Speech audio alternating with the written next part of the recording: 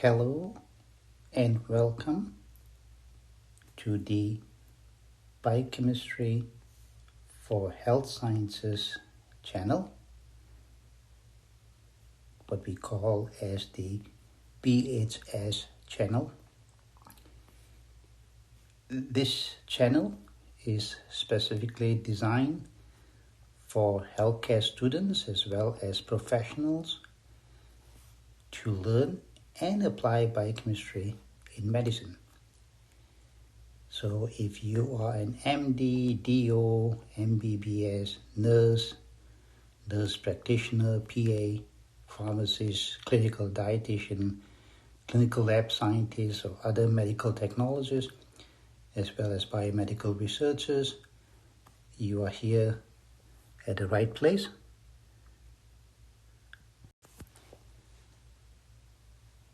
To present these videos is me, the professor, and my assistant, Quirly.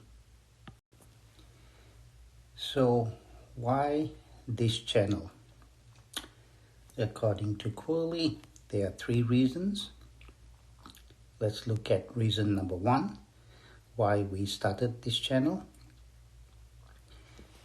So, you all probably agree that the best way to solve any problem is to go to the root of the problem. And that's the same for any medical problem. To solve a medical problem, we need to go to the root of the medical problem. So, medicine is a study of the human body in health and disease. So in medicine, you would learn your clinical skills as well as be taking the basic medical science classes such as pharmacology, where you learn how drugs are used to treat diseases, pathology and microbiology. You learn a lot about diseases, including infectious diseases. Anatomy is the structure of the human body, physiology is the function of the human body, cell biology and histology is about cells and tissues, and way down in the foundation is what we call as biochemistry, cell and molecular biology, or BCMB. So the human body, as you know, is made up of various organ systems: digestive system, cardiovascular system, respiratory system, reproductive system, and so on. And all of these systems in turn are made up of the 4 tissues: epithelial, neural, muscle, connective. And these tissues in turn are made up of smaller structures. You can see as we go down, we get smaller and smaller. And these tissues are made up of cells. Okay, stem cells, and there are about 200 different types of specialized cells in an adult. Now a cell in turn is made up of organelles, little organelles such as cytoplasm, mitochondria, nucleus, and so on. If you go even smaller, what are cells made of? Cells are made up of larger chemicals, macromolecules, such as glycogen, proteins, DNA, RNA, and so on. And all of these macromolecules in turn are made up of smaller chemicals, glucose, amino acids, nucleotides, and so on. Ultimately, all of these are made up of atoms. So you see the foundation of the human body is chemistry and biochemistry. So the root of what's going wrong with the human body is BCMB, and therefore it is very important for the future healthcare professional to really understand this so that you can understand higher levels of the human body. Again, the COVID is a great example of the importance of BCMB for the healthcare professional of the future. It's a long time ago, before the microscope was invented, studying the human body relied on our senses, our eyes, ears, nose, touch. And that's basically how medicine was practiced. And then came the microscope, first invented around 1675, 1676. And with the microscope, we were able to start looking at tissues and cells. And that sort of helped bring these fields called cell biology and histology into focus. So today, in the hospital labs, we use microscopes to study tissues such as biopsies and cells. So we have professionals who are called histotechnologists,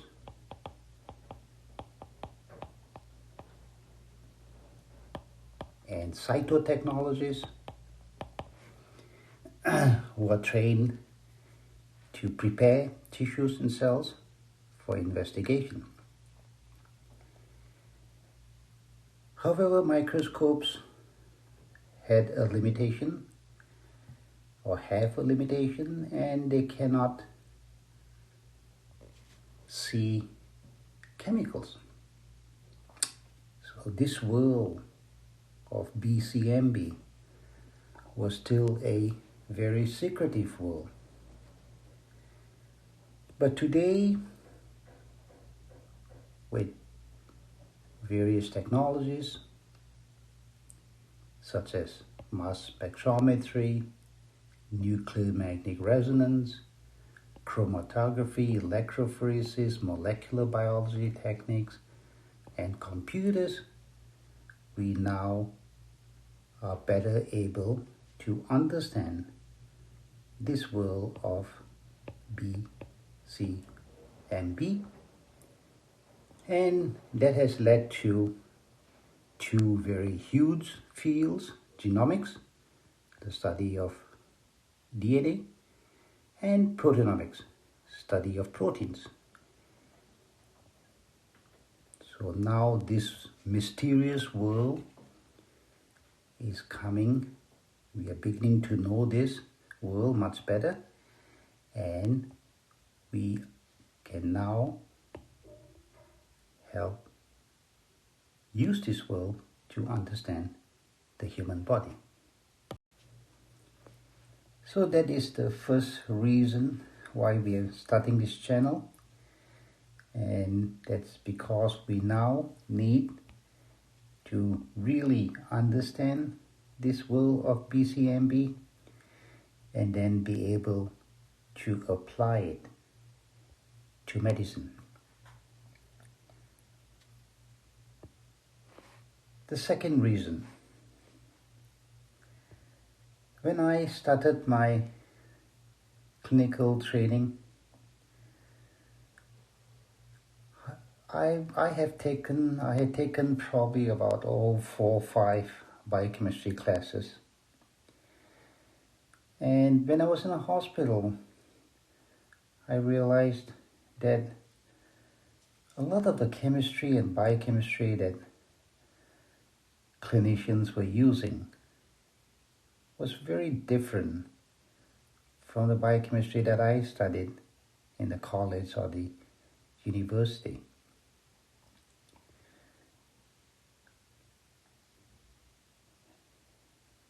I could write all the reactions of the Krebs cycle. I could do all kinds of complex calculations for free energy changes. I could tell you the mechanisms of many different enzymes involved in biochemistry. I could tell you all kinds of structures, complex structures of proteins. I could write organic structures of biomolecules.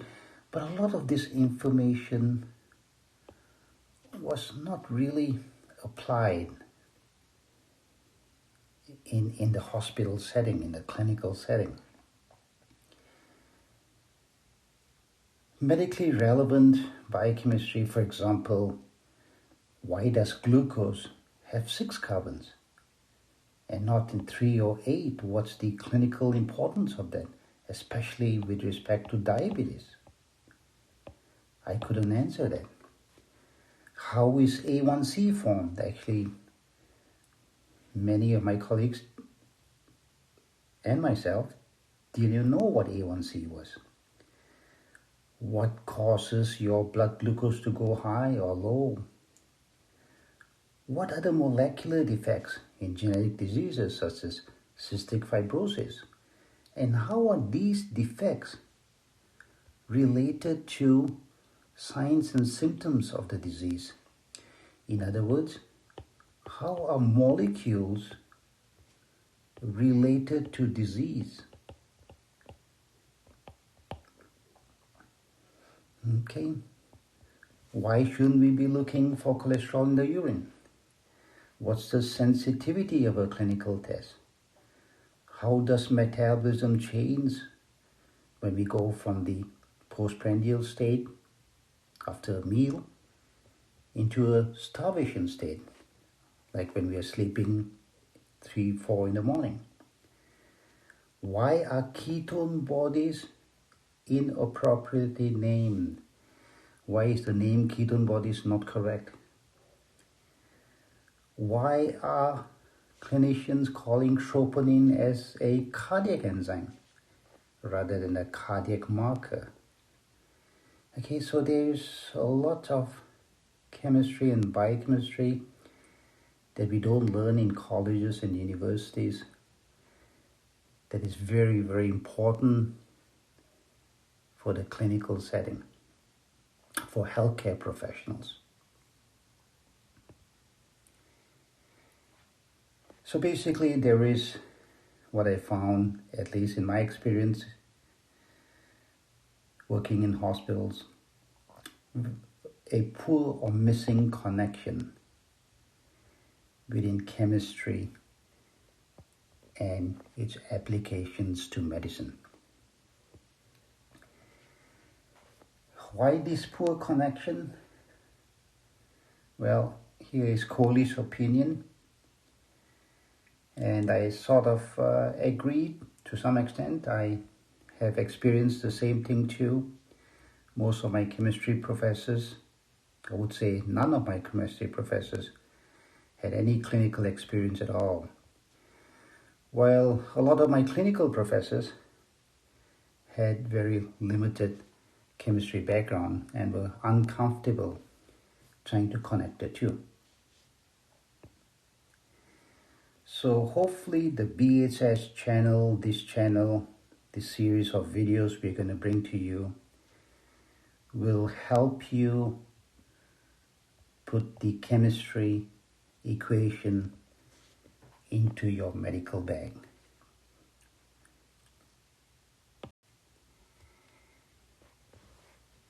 What's the third reason for this channel?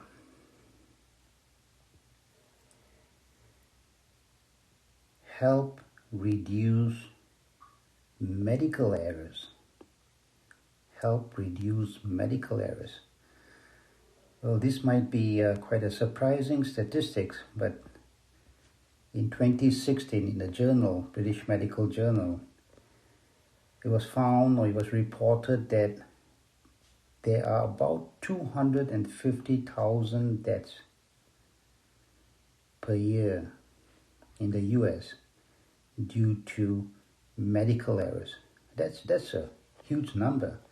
That comes out to be the third highest cause of death. Cardiovascular disease in 2013 killed about 600,000 people. Cancer, 580,000. respiratory disease, 150,000. So this 250,000, that's a huge number.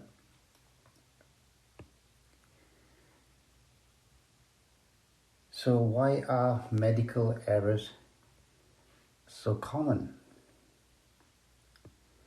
According to the article, they gave several reasons, such as poorly coordinated care. Hospitals are complex places, 24/7 operations. Not easy to run a hospital. Fragmented insurance networks, absence or underuse of safety nets and protocols, and unwarranted variation in physician practice patterns. So those are the reasons cited in the 2016 publication.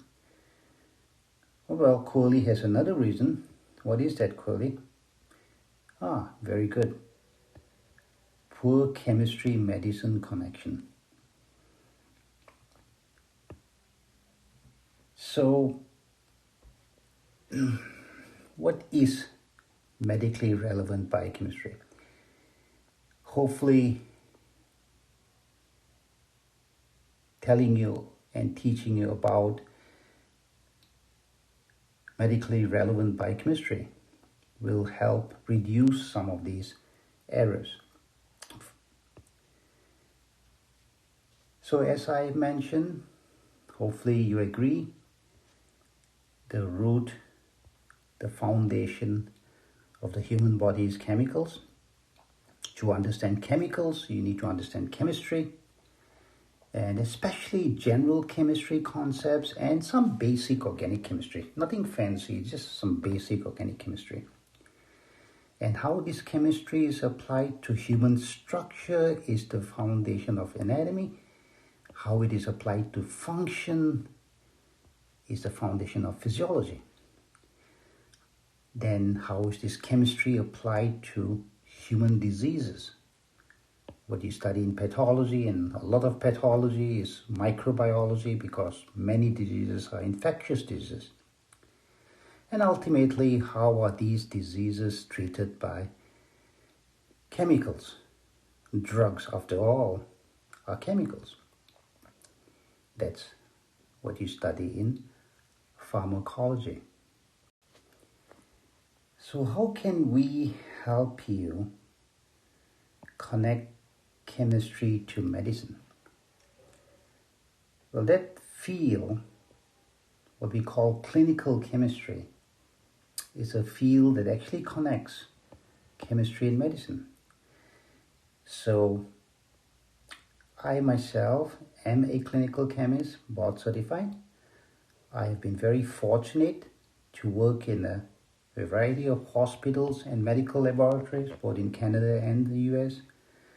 And I've also taught in a chemistry department for more than 30 years. In addition, I have extensive research experience both in clinical chemistry as well as nanomedicine.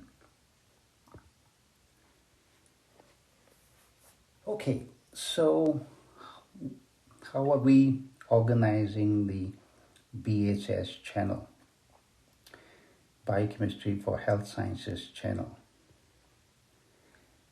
The series of videos we're going to present, the material is from this book here, Medical Biochemistry, Molecules to Disease, Understanding and Applying Biochemistry in Healthcare, a simple and enjoyable step-by-step approach, and that's available at payhip.com/ELD. So in this book, if you look at the chapters in this book, it is organized in a logical fashion, and that's the organization we are going to use for this series of videos.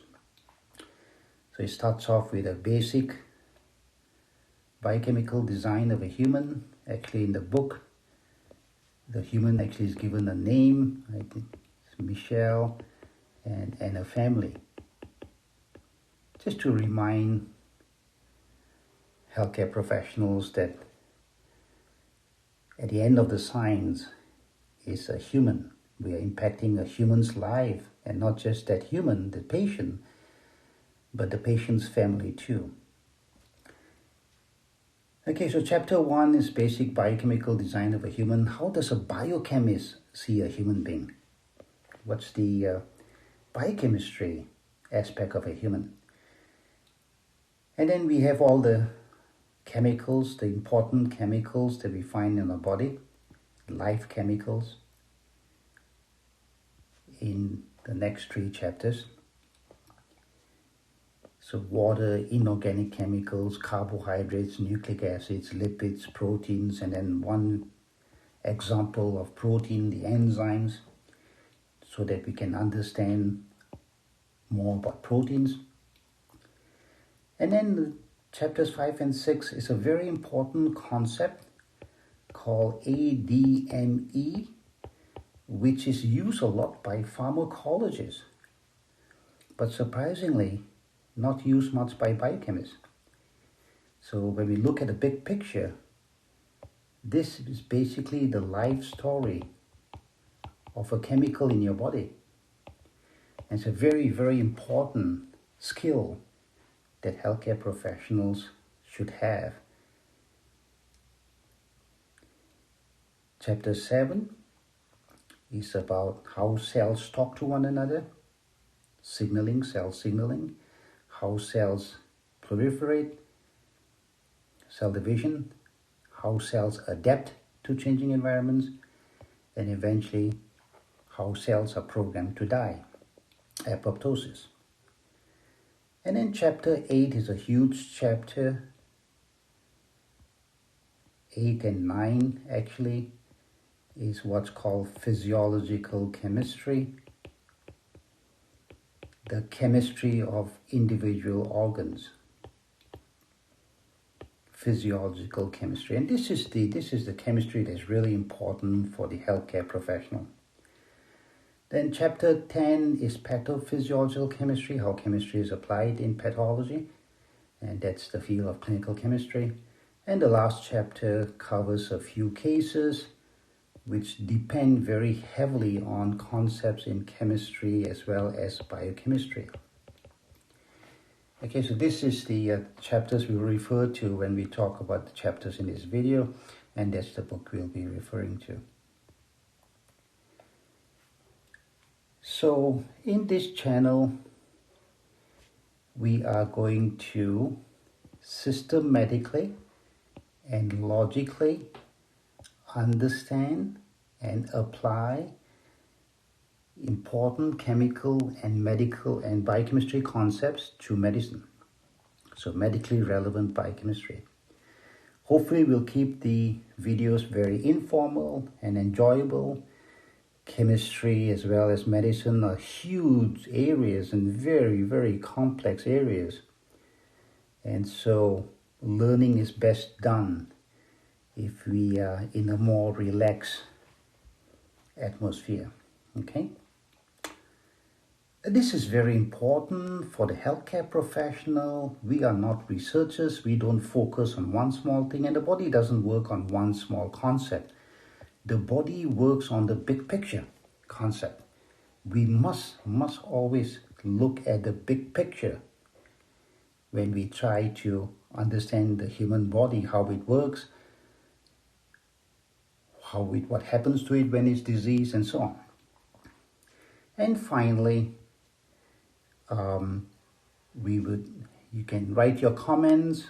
Hopefully this will be a very good platform for healthcare students as well as healthcare professionals to share their experiences so that we can add towards our understanding of the human body in health and disease. Okay, so please be respectful when you post your comments. I do believe very sincerely everybody's opinions matters in real science. Real science is all about saying, I do not know everything. You can be part of my team. I will listen to you and we can all discuss and figure out what is the truth. Okay? So please be respectful of what you write, but I would really appreciate that we could use this platform to all share and learn from one another. Okay, well, hopefully we'll see you in the next video. So for now, goodbye, and please do not forget to subscribe.